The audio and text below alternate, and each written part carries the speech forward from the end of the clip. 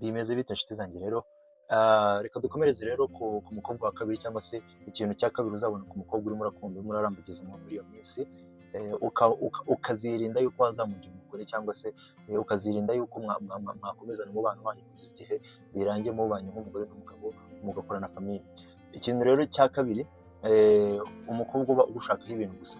Umukobwa uba ugushakaho ibintu gusa bisobanuye iki? Ni wa mukobwa uba wumva yuko waje mu buzima bwe waje mu buzima bwe bikarangira ubaye bikarangira ufashe inshingano nk'iz'ababyeyi be bagakoze, kubera yuko buriya umukobwa uba uri expected kumva yuko wamukorera buri kimwe, icyo wagushakaho cyose n'icyo aba yumva yuko akeneye ari wowe ugomba kugikora. Akenshi uwo mukobwa rwose uzamugendere kure kuko nta cyiza aba akwifuriza, nta rukundo aba agukunda rya nyarwo. Muri ino mvugo y'iki gihe bagasigaye bavuga ngo mu mvugo zigezweho ngo ni wa mukobwa ukura iryinyo, wa mukuzi w'amenyo.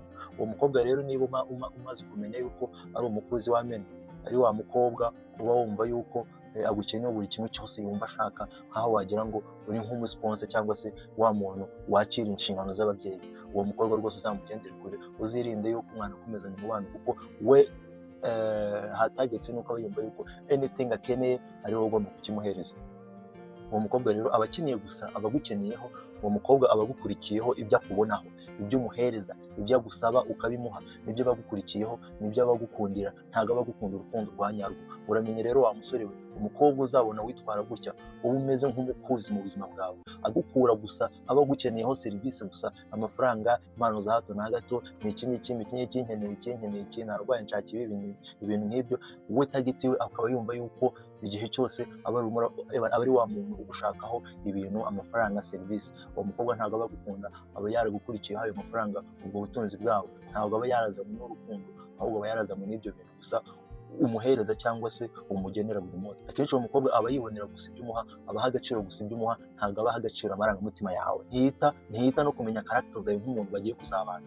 Reka imico yawe yuko mwazabana ntabwo aba ari ibintu aba yitaho, ahubwo aba yita kuri tactique yakoresha kugira ngo akomeze agukureho cyangwa se abone cyangwa se umuhe bya bintu aba agukeneyeho. Ntabwo aba yita kumenya imico yawe kugira ngo wenda agerageze kugumana iteka, no, aba ari wa muntu ushaka nyine kumenya mu buryo bwo kugira ngo ajye akomeza gukure, ajye akomeza kubonaho ibyo agukeneyeho gusa. Ntabwo ari wa muntu ushaka kumenya karagita zawe nziza cyangwa se mbi kugira ngo azabane nawe mu buzima bwanyu iteka. Ni wa mukobwa rero uha agaciro ubuzima utuma abamo, ya mafaranga umuhereza, imodoka nziza, ibikoresho, utuntu tugiye dutandukanye umuhereza. Ni ukuvuga ngo aha agaciro ubuzima wowe utuma abamo, ntabwo aha agaciro kanyu mwembi. Niyo mpamvu rero akenshi uzamwitondera umukobwa uha agaciro ubuzima utuma abamo, bya bintu byose, kwagusa neza, kwakwisanga mu bintu byiza, ubuzima bushimishije icyo gihe, kubera yuko ari wowe ubimuhereza, ari wowe ubimutegurira 99%. Uwo mukobwa abaha agaciro ubuzima utuma abamo, ntabwo abaha agaciro ubuzima wewe uba wifuza ko mwabamo. Niyo mpamvu rero umukobwa nk'uwo nguwo rwose ndagusabye nkwinginze uzamugendere kure, ntuzatekereze kumugira umugore, umufasha umugore muzabana mu buzima bwawe. Uzi ko uwo mukobwa kenshi ntiyita ngo wanamuca inyuma, ashobora no kugufata wanamuciye inyuma, ariko kubera yuko nta marangamutima yawe agufitiye, nta marangamutima agufitiye, ntabwo agukunda, ahubwo agukundira iki? Ya mitungo yawe, bya bintu umuhereza. Aravuga ati se ko mufashe, ndamutse nirakaje nitwaye nabi akanyanga, ibyo namukuragaho nzongera kubikura hehe? Niyo mpamvu avuga ati nubwo wamuca inyuma, nubwo yagufata umuca inyuma, ntabwo ashobora kubikomeza, kubera yuko abazi neza tageti yiwe yuko atagukunda, ahubwo agukundira ibyo umuhereza. Yes, aha agaciro ubuzima utuma abamo, ntabwo abaha agaciro ubuzima bwanyu mwembi. Niyo mpamvu rero buriya nubwo wanamuca inyuma, akenshi uzabibone ntabwo ashobora kubirakariramo cyangwa se abikomeze cyane nk'abandi bakobwa b'umutima, abandi bakobwa bujuje indangagaciro. Niyo mpamvu rero buriya uzitondera uyu muntu kuko aba ari wa muntu wazatuma uba mu buzima bwawe bwose wicuza, uhorana agahinda iteka. We yita guhora yumva ko agukeneyeho ibintu gusa, we yita kuba umuha ibyo agushakaho gusa, nta kindi. We yita kuba umuha ibyo agushakaho gusa. Wamuca inyuma, wakora iki, ntabwo ashobora kwirakaza cyangwa se yivumbure cyangwa se yitware nabi, kubera yuko azi ko aramutse abikoze yabura n'ibyo wamuhaga. Niyo mpamvu rero yita gusa ku byo umuha, yita gusa ku byo agushakaho, nta kindi kintu aba yitayeho.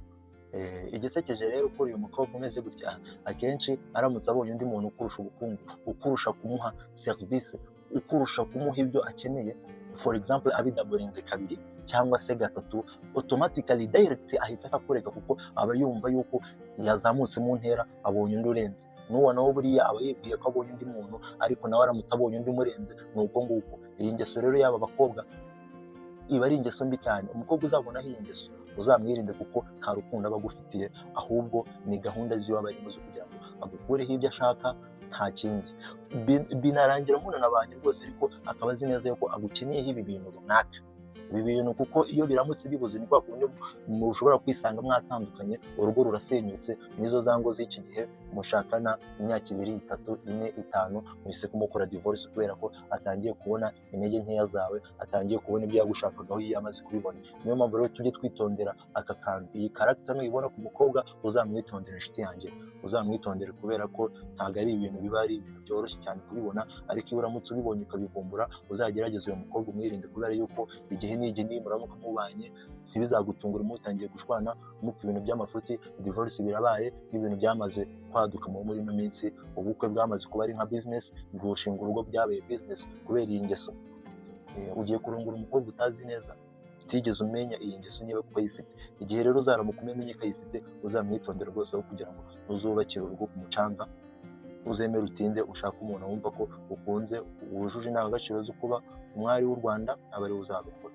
Akenshi umukobwa nk'uyu nguyu ibiganiro byinshi mugirana ntabwo biba bishingiye ku marangamutima yanyu, ahubwo usanga ibiganiro byose mugirana ariko kumwizeza ibindi bintu ugiye kuzamuha, ariko kugusaba ibintu bya mirenge igihe cyose, ugahora umwizeza ngo nzaguha iki bebe, nzaguha iki mukunzi wanjye, nawe ati bebe ejo nshaka ibi, ejo nshaka ibi. Mugasanga ibiganiro byinshi mugirana ni ukwizezanya ibyo bintu gusa, ejo tuzagenda hanze ibi gutyo gutyo. Ntimwite ngo mwicare muganire ngo ubuzima bwacu urabona ubu bumeze gute, twakora iki ngiki kugira ngo dutere imbere, twakora iki ngiki kugira ngo ikizadufasha ejo mu rugo rwacu, ibintu nk'ibyo. Umukobwa rero udatekereza ibyo ngibyo akaba yumva yuko ahubwo n'utwo wabonye wamuguriramo ibindi bintu birenze birushije ibyo wamuhaye ubushize, uwo mukobwa rwose nta muntu, nta mugore uba umurimo rwose, ushatse wamuhungira kure ukamureka rwose. Uwo mukobwa rero ingaruka ikomeye cyane, umuntu aramutse umubonabanye akenshi ni kwa kundi uzajya usanga nta bintu wamuhaye yagusabye, urugo hajemo agatotsi, mwashwanye, hajemo imvururu. Niyo mpamvu rero uzaba umeze nk'umuntu umukodesha.